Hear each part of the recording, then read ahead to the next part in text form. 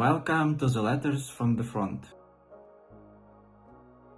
In January 12, 1945, Adolf Hitler received the news he had been dreading. The Soviet Red Army had launched its winter offensive. He wasted no time. Within 4 days, Field Marshal Gerd von Rundstedt, Commander-in-Chief West, received the following order. CNC West is to withdraw the following formations from operations. They were still involved in the Battle of the Bulge immediately and refit them. ISS Panzer Corps with 1st SS Panzer Division Leibstandarte and 12th SS Panzer Division Hitlerjugend, 2 SS Panzer Corps with 2nd SS Panzer Division Das Reich and 9th SS Panzer Division Hohenstaufen. Last day of refitting is the 30th of January. Reinforcements will be provided under the authority of the SS Supreme Operations Office. These elite formations were to be reinforced and re-equipped to lead another great offensive, this time on the Eastern Front. Hitler viewed the threat from the East as far more serious than that posed by the Western Allies, and he was determined to protect his Greater German Reich from Stalin's subhumans. The fact that the Battle of the Bulge had frittered away many of the men and much of the equipment needed to throw back and destroy the Soviet armies now threatening Germany was of no consequence, and he sent his personal adjutant, SS Major Otto Günsche, to the commander of the 6th Panzer Army, General Sepp Dietrich, to tell him that within 4 weeks his army, comprising I and II SS Panzer Corps, would be moved to the Eastern Front to launch a new offensive, codenamed Operation Spring Awakening. Read more about these and other infamous military operations of Nazi Germany inside WW2 History magazine. The role of Dietrich's 6th Panzer Army with Operation Spring Awakening was designed to secure the vital oil deposits in southern Hungary, and perhaps even regain the oil fields of Romania. Both Dietrich and General Heinz Guderian, the Army Chief of Staff, had wanted the 6th Panzer Army deployed behind the Oder River to protect Berlin and northern Germany, but Hitler would have none of it. The only natural oil deposits in German-controlled territory were those around Nagy-Kanisa in southern Hungary, and with Allied air attacks disrupting and often neutralizing the synthetic gasoline production sites for long periods, it was essential to protect them. Without this crude oil, the war could not be continued. Dietrich and the trusted divisions of the Waffen-SS were to be given responsibility for Spring Awakening. It proved impossible to fully refit Dietrich's divisions by January 30th. Personnel and material replacements continued to arrive during the loading for the move to the east, during the move itself, and even after arrival in Hungary. Indeed, in view of the massive and by now almost continuous Allied air onslaught, the general state of the German war economy and not least the appalling casualty rate sustained in 5.5 years of war, it is astounding that Dietrich's formation was made ready for an offensive action at all in such a short time, actually less than a month. Men were drafted from the Luftwaffe and Kriegsmarine, the slightly wounded and sick returned to their parent formations, and vehicles and tanks were delivered directly from factories. Extraordinary measures were taken to conceal the fact that the 6th Panzer Army was being moved to the Eastern Front. All ranks were ordered to remove their sleeve bands, and special code names were given to all components. Thus, 2 SS Panzer Corps became SS Training Staff South, the Das Reich Division was Training Group North, and the Hohenstaufen became Training Group South. Even regiments were redesignated as construction teams. For example, Der Führer became Otto North, after its commander, Otto Weidinger. Other deceptive measures included unloading part of the 6th Panzer Army staff near Berlin and making it known that their final destination was in the Frankfurt am Oder area and, despite the air threat, actually sending the Tiger IIs of ISS Panzer Corps via the Berlin area before routing them through Vienna to Hungary. In view of the time needed to refit and move the 6th Panzer Army to the Eastern Front and to secure the ground west of the Danube for the new offensive, Hitler ordered a preliminary attack in Hungary on January 18th. This attack was designed primarily to cut off and destroy all Soviet troops north of a line drawn from Lake Balaton through Székesfehérvár, known to the Germans as Stuhlweissenberg, to Budapest, and secondly to liberate that city. The Pest garrison had in fact withdrawn across the Danube to the hills of Buda the night before. 400 kilometers recaptured. Since the Russians had depleted their defenses in this area to meet previous German attacks in the north, this new offensive was initially very successful. Within 3 days, a large section of the west bank of the Danube had been secured south of Budapest, and the Germans then turned north and northwest, threatening to link up with other forces attacking in the north and to cut off an entire Soviet front. By the 26th, however, with their forces in the south only 20 kilometers from Buda and in the north only half that distance, the Germans were exhausted. This was the moment when Soviet Marshal Rodion Malinovsky went over to the attack.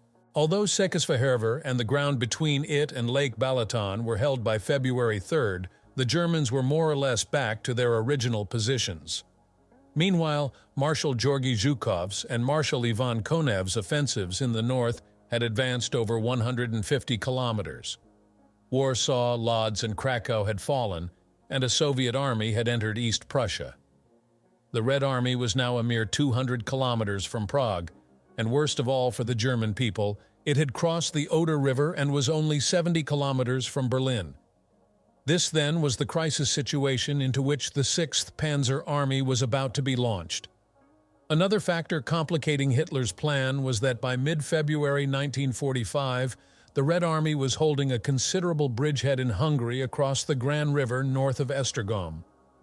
This bridgehead was seen by the Germans as a potential assembly area for a major thrust toward Vienna, and as such it had to be eliminated before the Germans could launch Spring Awakening.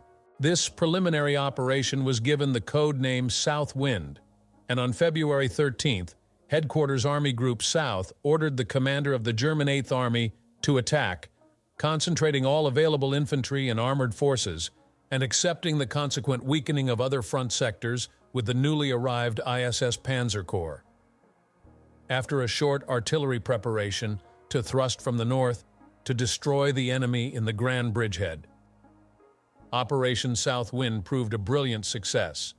In 8 days, Hermann Priess's ISS Panzer Corps, with valuable assistance from Panzer Corps Feldherrnhalle, recaptured over 400 square kilometers of territory, inflicted 8,800 casualties on the Red Army, and cleared 7 infantry divisions and a Guards mechanized corps, equivalent to a German panzer division, from west of the Gran, all for the loss of only 2,989 casualties. However, although it is remarkable that such an effective fighting machine could have been produced within a month of the Ardennes disaster, the more so when one takes into account that many of the men involved had received only minimal training, the question arises as to whether this elite SS Panzer Corps should have been used in this operation at all. 6 divisions for the 6th Army. Despite all the measures taken to disguise the arrival of the 6th Panzer Army on the Hungarian front, units of ISS Panzer Corps were soon detected in the Grand Bridgehead operation. Its commitment there, rather than in the northern part of the Eastern Front, and the knowledge that yet another SS Panzer Corps had arrived in Hungary immediately alerted the Soviets to the possibility of a German offensive. It is also obvious that the premature use of the Corps interrupted the proper refitting of its 2 SS Panzer divisions and actually ensured that their effectiveness in Spring Awakening would be reduced. Taken together, these facts indicate that the use of ISS Panzer Corps in Operation South Wind was a serious mistake. Hitler's precise aims for Operation Spring Awakening were as wildly ambitious as those in the Ardennes 3 months earlier. They were to destroy the Soviet forces in the region bounded by Lake Balaton and the Danube and Drava rivers, secure the Hungarian oil deposits, and establish bridgeheads over the Danube with a view to further offensive operations. The attack was to be carried out in the north by Sepp Dietrich's 6th Panzer Army and the 3 Panzer Corps of Hermann Balck's 6th Army, and in the south, between the Drava River and the southwest corner of Lake Balaton, by the 2nd Panzer Army, part of Army Group Southeast and a Panzer Army in name only. Serious concerns were expressed by Sepp Dietrich and his senior staff officers that as the 6th Panzer Army and the 3 Panzer Corps moved southeast and east, they would become increasingly vulnerable to any counteroffensive launched by the Soviet forces already located north of Székesfehérvár and west of the Danube. These comprised a Soviet army of 3 rifle corps backed by a Guards mechanized corps. Since Balck's 6th Army defenses in this area were woefully inadequate, these concerns were fully justified. Nevertheless, Hitler rejected a proposal that these Soviet forces should be dealt with first or at least engaged, and the date of Spring Awakening was confirmed as March 6th. For its premier role in this final German offensive, the 6th Panzer Army was reinforced to a strength of 6 divisions: the Leibstandarte and Hitlerjugend, Das Reich and Hohenstaufen, and the I Cavalry Corps, with the 3rd and 4th Cavalry Divisions. The latter were genuine mounted troops and were a considerable asset in the conditions of the Eastern Front, where the horse sometimes had advantages over motorized transport. Facing the 2nd and 3rd Ukrainian fronts. While the Germans were preparing Spring Awakening, the Soviets were planning their own offensive that was due to start on March 15th. It was designed to capture Vienna and be carried out by the 2nd and 3rd Ukrainian fronts, army groups, with 4 armies. Although the Soviets learned of the impending German offensive during the Grand Bridgehead fighting, the Supreme Soviet headquarters in Moscow decreed that 2 of the Russian armies due to take part in the Vienna offensive were to continue their preparations and were not to be included in any defensive planning. Since the main German threat was known to be in the 3rd Ukrainian front sector, the Soviets concentrated the bulk of their forces between Lake Balaton and a point some 20 kilometers to the north of Sekesfehervar. Here, Marshal Fyodor Tolbukin massed 3 armies together with 2 tank corps and a Guards mechanized corps. According to the Soviet official history, his forces totaled 407,000 men, 6,890 guns and mortars, 407 tanks and self-propelled guns, and 965 aircraft. But it is likely that many of his formations were much weaker than these figures suggest. The 3rd Ukrainian Front commander reasoned that if and when the Germans attacked, they would be sufficiently weakened by the depth of his defenses for him to launch his own offensive as originally planned, using the reserve armies and any forces unaffected by the fighting. German intelligence of the Soviet defenses was good, although it failed to identify the correct designation and exact positioning of every formation. It estimated the number of armies, corps, and divisions in the attack area with remarkable accuracy. Its only serious errors were in not detecting a Guards mechanized corps and a Guards cavalry corps in the path of the 6th Panzer Army, and the positions of 2 of the 3 corps of Tolbukin's 2nd Echelon Army astride the Danube. To the north of the 3rd Ukrainian Front, Marshal Malinovsky's 2nd Ukrainian Front numbered some 500,000 men and another 600 tanks, but over 400 of these were in reserve for the forthcoming offensive. The primary component of the Spring Awakening offensive can be narrowed down to the area between Lakes Balaton and Valençay. There, the attack involved Sepp Dietrich's 6th Panzer Army and the 3 Panzer Corps of the 6th Army, with some 300 tanks and Sturmgeschütze self-propelled assault guns. These forces were opposed by more than 1,200 guns and mortars, and in theory, but in the event not in practice, by some 300 Soviet tanks and assault guns. The state of the ground caused great anxiety in the German command. At the end of February, the weather had become unexpectedly warm, and as the ground thawed, all movement became difficult in cross-country movement, even by tracked vehicles, virtually impossible. The onset of what is called Rasputitsa, a 3 to 4 week period of almost complete immobility in spring and autumn due to muddy conditions, did not augur well for Hitler's last offensive. Dietrich's chief operations officer reported, "In the constricted area between Lakes Balaton and Valençay, the mud became alarming. The closer one came to the assembly area, the more widespread the land that was underwater, impassable for all kinds of vehicles. It looked the same in the enemy area, as far as the terrain permitted observation. A panzer attack in open terrain under these conditions is out of the question." As a result of this report, a request was made to Headquarters Army Group South that the attack should be postponed for at least 2 days, and Dietrich himself asked General Guderian in Berlin to support the proposal, to no avail. An advance through rivers of mud. The 2 SS Panzer Corps' final assembly area was just to the south of Sekesfehervar, and its initial mission was to establish a bridgehead over the Danube between Dunaujvaros and Dunafoldvar, some 60 kilometers away.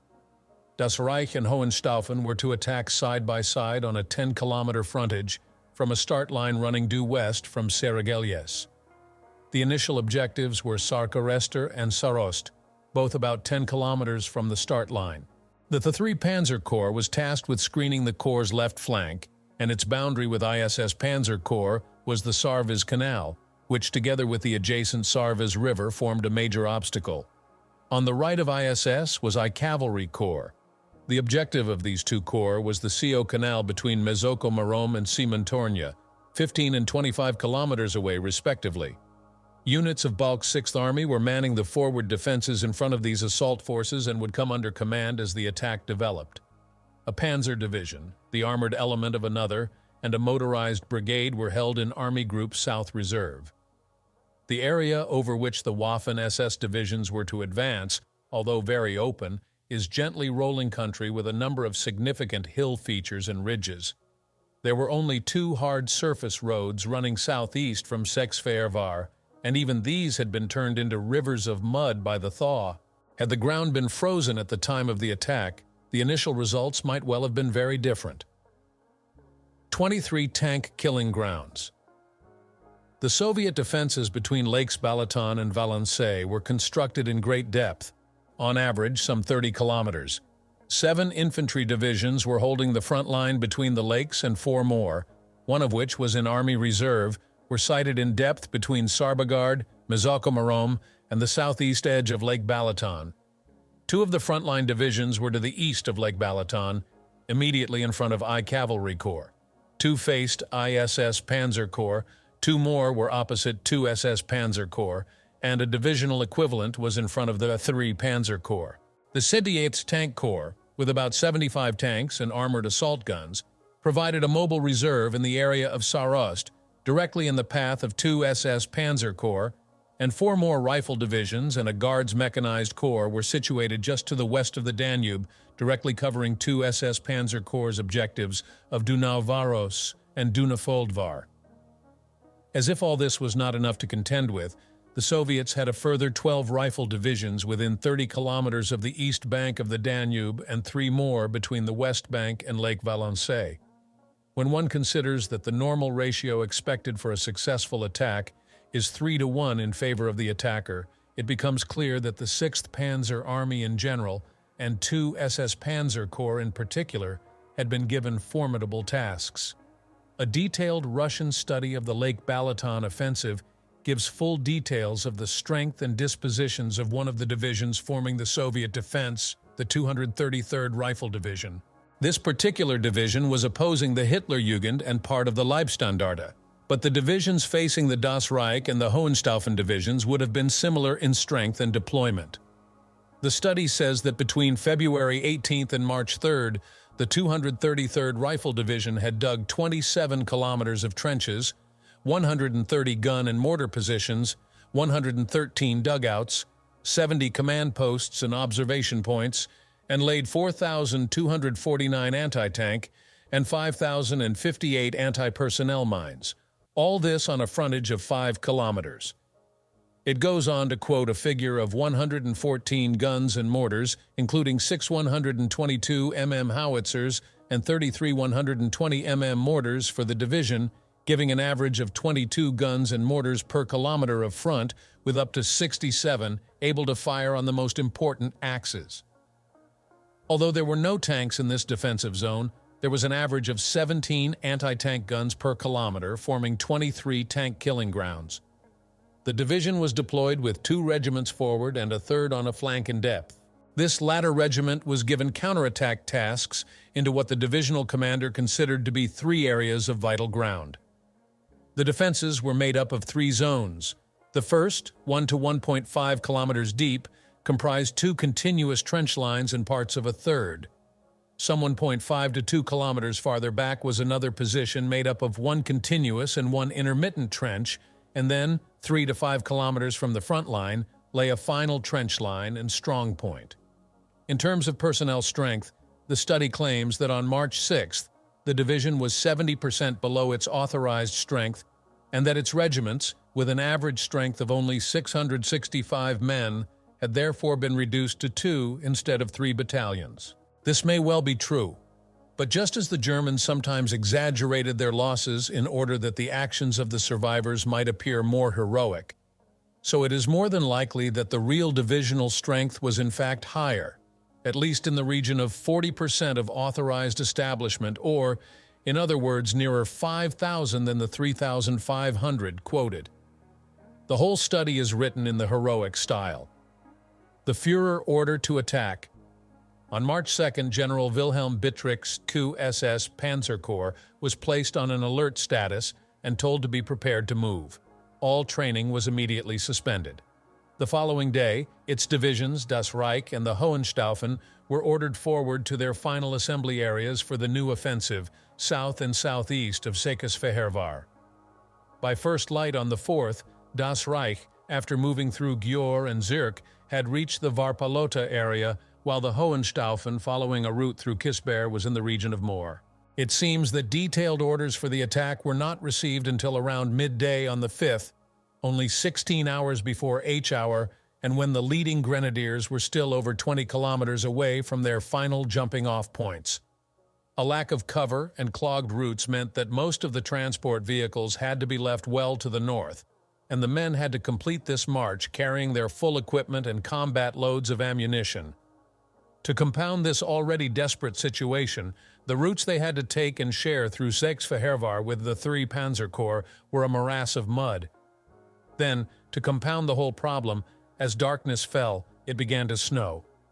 There was no possibility of either division's tanks or heavy equipment reaching the forward assembly areas in time for the attack. Complaints by both divisional commanders and the Corps Chief of Staff that there was no possibility of 2 SS Panzer Corps being ready at H-hour were to no avail.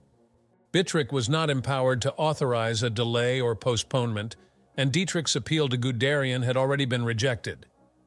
The attack order was a Führer order, and that was that. Priess's ISS Panzer Corps was more fortunate. Although it faced similar problems, it had its route through Polgardy to itself, and it reached its forward assembly area southeast of that town in time for H-hour. As dawn broke on March 6th, snow was still falling from low cloud, and the temperature hovered around 0 degrees Celsius.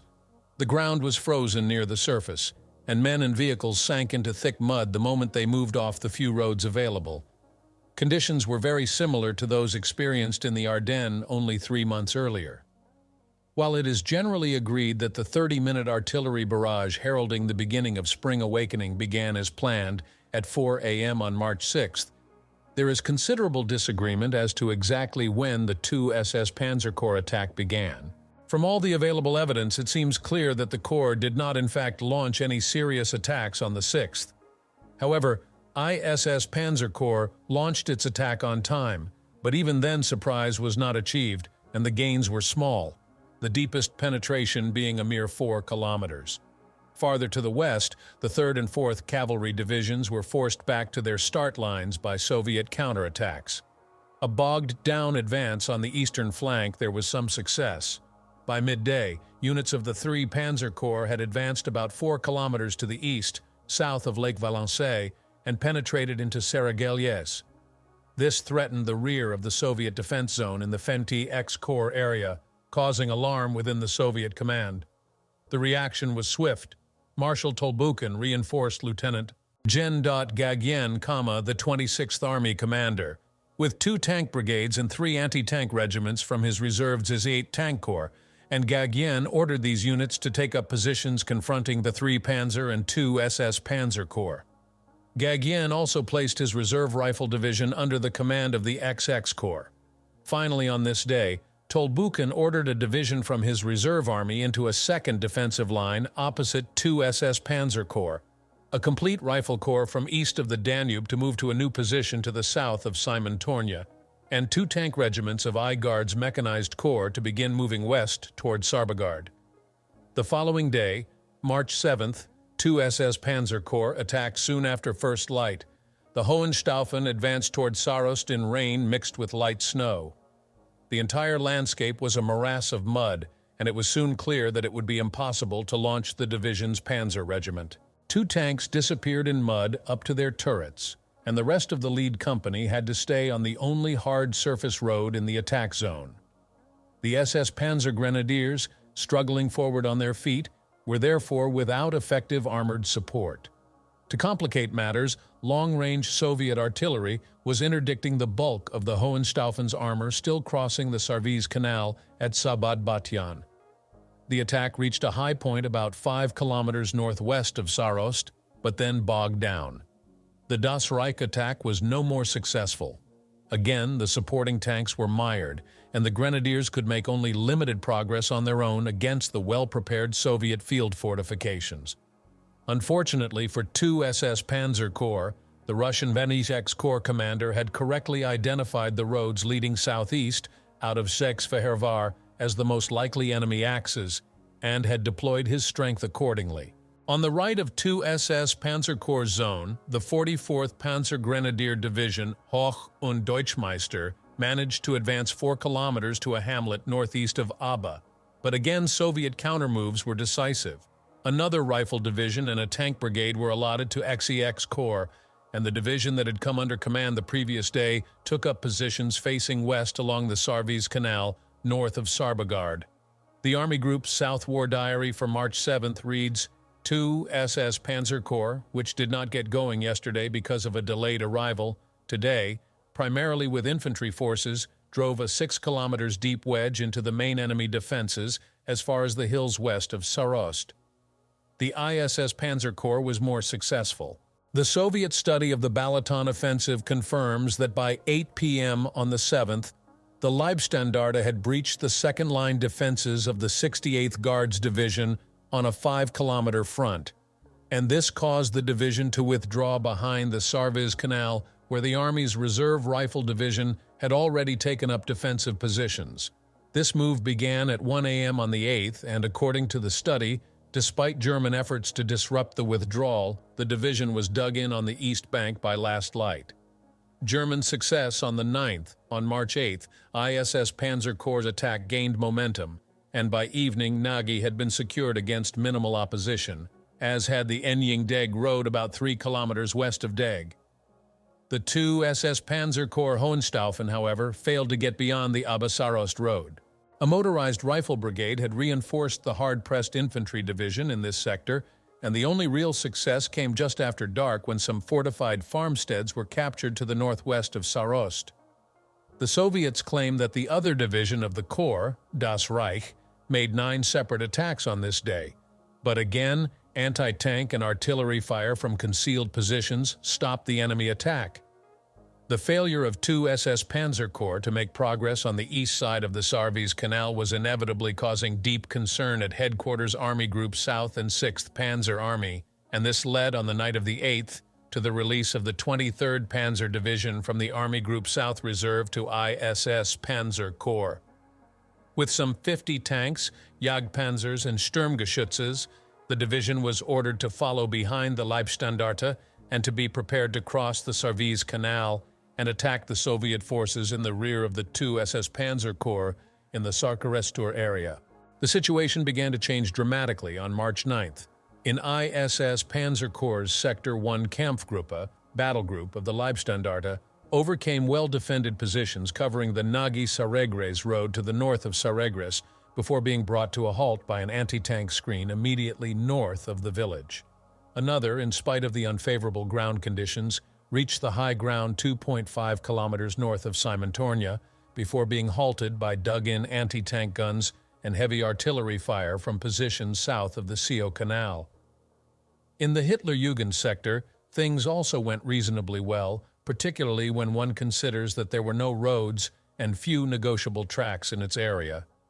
Deg was soon captured, and by evening the division's leading elements were immediately to the north of Mezosilas. On the right flank of ISS Panzer Corps, one division of I Cavalry Corps exploited the gap created by the Hitlerjugend and reached the main road between Enning and Mezokomarom, while the other attacked Enning. The Russians viewed the events of March 9th with some alarm. As the Frunze Military Academy study describes it, from the morning of the 9th of March, the operational situation on the Venizhex Rifle Corps front, opposite 2 SS Panzer Corps, sharply deteriorated. The success of the enemy in breaking through the tactical defense zone of Sik-Sek-Sek-Corps on the ISS Panzer Corps front created a serious threat to the rear of the 26th Army. Because of this breach, control between the two left-hand corps of the Army and XXX Rifle Corps became too complicated, so Sinsi Front, Tolbuchen, ordered XXX Rifle Corps transferred to the 27th Army. This transfer was part of an overall restructuring of the 3rd Ukrainian Front. From the night of the 9th Tolbuchen's reserve, 27th Army became responsible for the sector between Lake Valençay and the Sarviz Canal. Meanwhile, General Gagin's 26th Army remained responsible for halting what Tolbuchen considered the main threat, ISS Panzer Corps and I Cavalry Corps between the Sarviz Canal and Lake Balaton. To this end, Gagin was reinforced with a tank regiment, a self-propelled artillery brigade, and 2 anti-tank regiments, and the main weight of the 3rd Ukrainian Front's close air support effort was retargeted to his sector. Preparing the counter-offensive. While the 9th had been a good day for the men of ISS Panzer Corps on the west side of the Sarviz Canal, Dietrich and his senior commanders were acutely aware that the left flank of the Corps was becoming dangerously exposed. The 2 SS Panzer Corps still had not reached Sarkarestur, and only the difficulties of crossing the Sarviz River and Canal were preventing the Russians from attacking the flank of the German penetration. Marshal Tolbuchen, however, was not slow to recognize the operational opportunities offered by this situation, and on the same day, he requested the release of 1 reserve army to his control and the use of another. Moscow refused, saying that these armies were earmarked for the forthcoming general offensive, and that he would have to make do with what he had. In fact, the Supreme Soviet Command went further, and on this same day, gave both Tolbuchen and Malinovsky revised missions. The 3rd Ukrainian Front was to continue to defend south of Lake Balaton with 2 armies, but was to be prepared to launch a major attack north of Lake Valençay with 2 reserve armies, one of which Tolbuchen had just requested. The aim of this attack was, as Dietrich had feared, to strike the rear of the 6th Panzer Army. Malinovsky's 2nd Ukrainian Front was to join in the attack after 1 or 2 days, with 2 armies attacking westward along the south bank of the Danube. Later, the armies north of the Danube and south of Lake Balaton were to join in the offensive. The initial attack by Tolbuchen was to be made as soon as the 6th Panzer Army's offensive had been halted. This was expected to be on the 15th or 16th. The strength of the Soviet position derived from their early knowledge of the forthcoming German offensive and their ability to formulate and develop an overall strategy to deal with it both before and during the fighting. The fact that they were facing reverses in one area did not distract them from their long-term aim, and the albeit serious situation on the west side of the Sarviz was seen as an opportunity rather than as a setback. The similarities between the Balaton offensive, the Mortagne counterattack in Normandy, and the Battle of the Bulge are obvious, the difference being that the Americans had no prior warning and had to react to events rather than pre-plan them. Fighting continued at night. On March 10th, the terrible weather and ground conditions ensured that progress west of the Sarviz was slow. The Hitlerjugend continued its painful advance toward Ozora and, after capturing Mezosilis by 9 p.m., moved on during the night to capture Igar, 4 kilometers northwest of Simontornia. In the sector of I Cavalry Corps, the 3rd Cavalry Division managed to seize a bridgehead over the Sio, 5 kilometers west of Mezoko Marom, and the 4th Division encircled Enying. On the same day, the 23rd Panzer Division, despite heavy anti-tank and artillery fire from the east side of the Sarviz Canal, closed up to Saregres. By nightfall, it had taken over from the Leibstandarte on that flank, and this allowed the SS Division to concentrate for its attack on Simontornia and the subsequent crossing of the Sio Canal. The ISS Panzer Corps was now some 25 kilometers ahead of 2 SS Panzer Corps, and the threat of a Soviet counterattack into its exposed flank appeared ever more likely. The appalling ground and weather conditions and stiff Soviet resistance prevented any further progress in the 2 SS Panzer Corps sector on the 10th. The Soviet study says, cruel fighting took place around Hill 159, where artillery played a significant role in the destruction of the enemy. Unable to achieve success with frontal attacks, the enemy tried to outflank the objective. However, this maneuver was frustrated by tanks and SP guns in enfiladed ambush positions. Fighting continued at night. The lack of progress by Bitterich's corps is hardly surprising. Apart from the adverse ground and weather conditions, 2 SS Panzer Corps was now up against the major part of 6 infantry divisions, with 2 more sighted in depth farther east, albeit most of them seriously under strength and significant elements of 2 armored formations. Nevertheless, on the 11th, Das Reich launched an attack described by General Otto Weidinger, the overall commander, as right out of the textbook. It was successful and by mid-morning had reached an important hamlet lying 6 kilometers southeast of Sarkarester, known as Heinrich Major. At the same time, on the right flank, a vineyard immediately northeast of Sarkarester was captured, effectively cutting off Abba. On the same day, ISS Panzer Corps had even more success. Panzer Grenadiers of the Leibstandarte spent the day clearing the important ridge lying just to the north of Simontornia, and at the same time the Hitlerjugend captured the road junction 1,500 meters south of Eger. This secured the jumping-off positions for the final attack on Simontornia, which was to be carried out the following day. Meanwhile, on ISS Panzer Corps' left flank, the 23rd Panzer Division penetrated into Saragres, but was unable to clear it. Army Group South's hopes of launching an attack across the Sarviz in this area in support of 2 SS Panzer Corps were proving overly optimistic.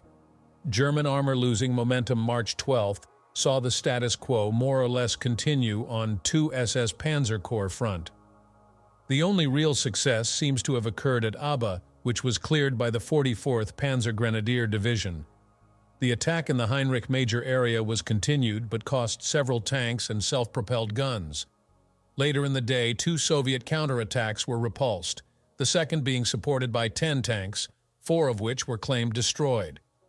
The Leibstandarte's attack on the town of Simontornia on March 12th was launched from the high ground north of the Sio Canal. Fierce house-to-house fighting lasted all day, but by last light, Simontornia north of the Sio was largely in German hands with only a few pockets of resistance remaining.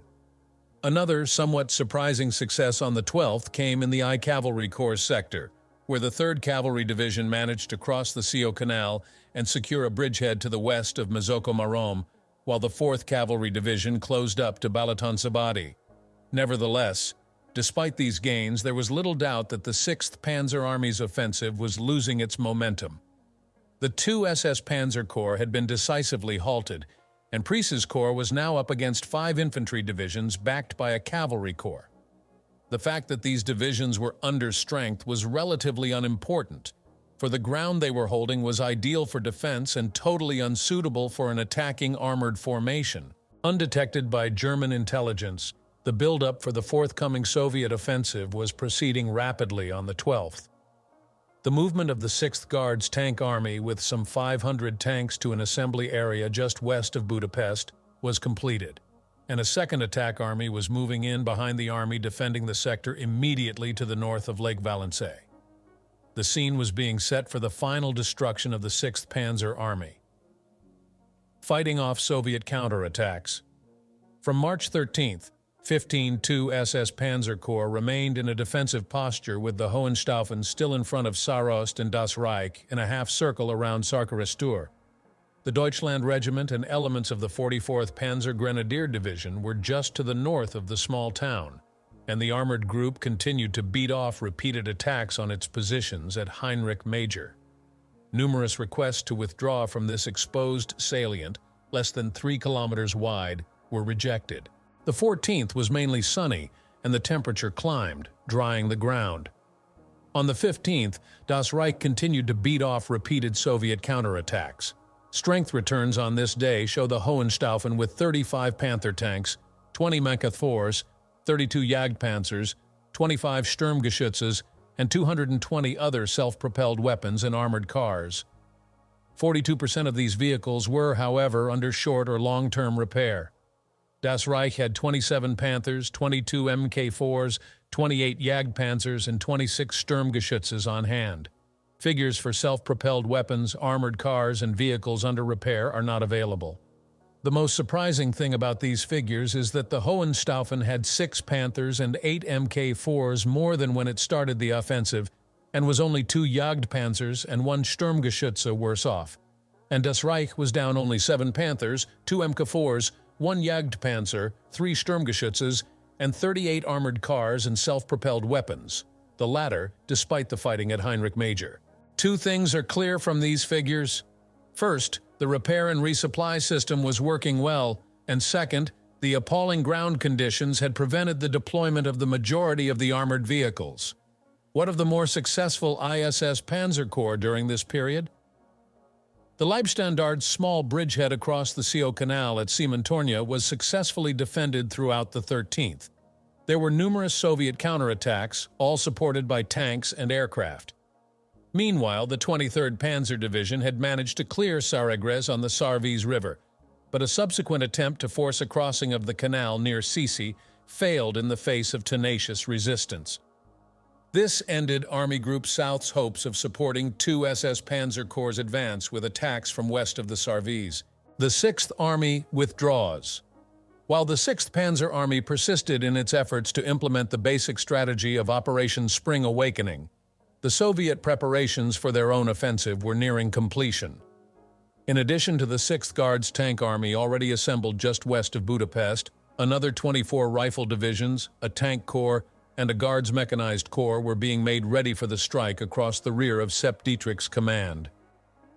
On March 14th, the bridge across the Sio in Siementornia laid by the Leibstandartes SS Pioneers was badly damaged by Soviet artillery fire, and the Corps' armor and heavy weapons were forced to remain on the north bank. Nevertheless, during the afternoon, SS Panzer Grenadiers managed to expand the Siementornia bridgehead to some 5 square kilometers. Meanwhile, the Soviets were attempting to establish their own bridgehead across the Sarviz Canal in the Saragres sector and at Ozora, and it was these Soviet counterattacks that were seen by all the senior German commanders as ominous signs of things to come. At Army Group and Army level, German intelligence had detected part of the Soviet buildup on the 13th, but the moves had been misinterpreted as local reinforcements, and it was not until the evening of the 14th that the Army Group South War Diary recorded. Today's movements leave no doubt of the enemy's intentions. Based on the results from aerial observation, motorized columns of at least 3,000 vehicles are moving out of the rear area from Budapest to the southwest, most of them in the direction of Zamoli. His objective will be to cut the rear connections of the German forces, 6th Panzer Army and the 3 Panzer Corps, which have advanced from the narrow passage of Székesfehérvár by an attack in the direction of Lake Balaton. During March 15th, ISS Panzer Corps continued to hold its slender bridgehead across the Sio, but it was now clear to most German commanders that Spring Awakening had failed.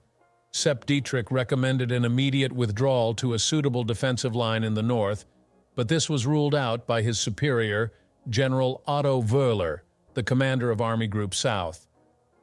At 3:10 p.m., the latter gave his assessment of the situation to Berlin. He pointed out that any attempt to advance farther south in the ISS Panzer Corps area would be inexpedient, owing to the hilly terrain and the Corps' exposed left flank. This was a major understatement.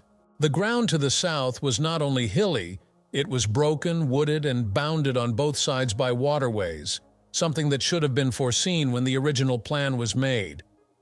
Wöhler proposed, therefore, to leave the 23rd Panzer Division where it was in the Saragres sector, and after relieving ISS Panzer Corps on the Sio with I Cavalry Corps and a Hungarian division, to move it north to a position behind 2 SS Panzer Corps and the 3 Panzer Corps.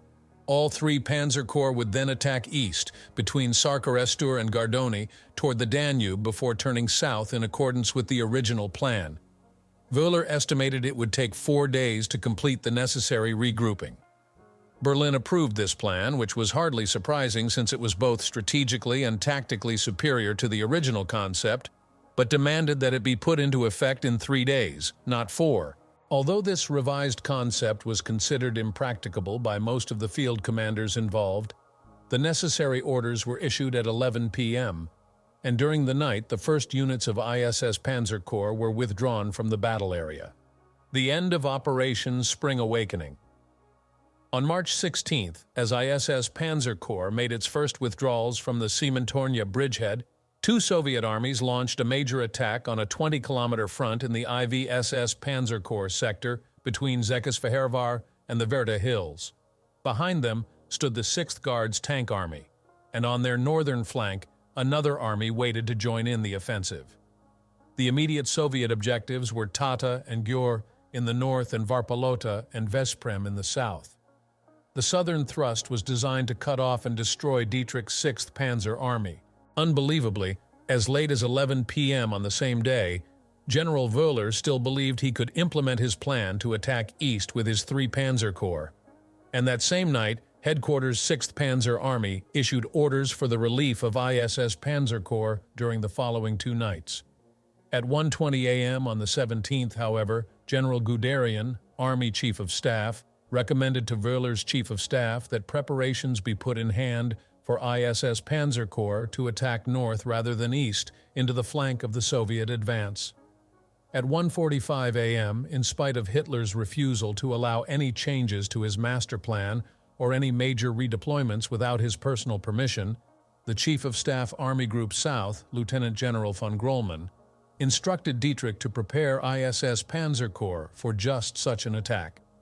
Later that morning, Wöhler finally requested permission from Berlin to use ISS Panzer Corps for the attack from the Varpalota area toward Zamoli. This was followed by another request for authority to withdraw 2 SS Panzer Corps behind ISS Panzer Corps as soon as it arrived in the vicinity of Székesfehérvár. Dietrich's corps had continued to defend its Abasarkerester sector during this period and was now dangerously exposed. Hitler eventually gave his permission for these deployments at 1:40 a.m. on March 18th and at 2 a.m. Wöhler ordered Dietrich to move ISS Panzer Corps to the area north of Varpalota and subordinate it to Army Group Bulk. So ended Hitler's last offensive action of World War II. Just over 7 weeks later, the surviving men of these once elite corps would be prisoners of war, but not of the Soviets, of the Americans.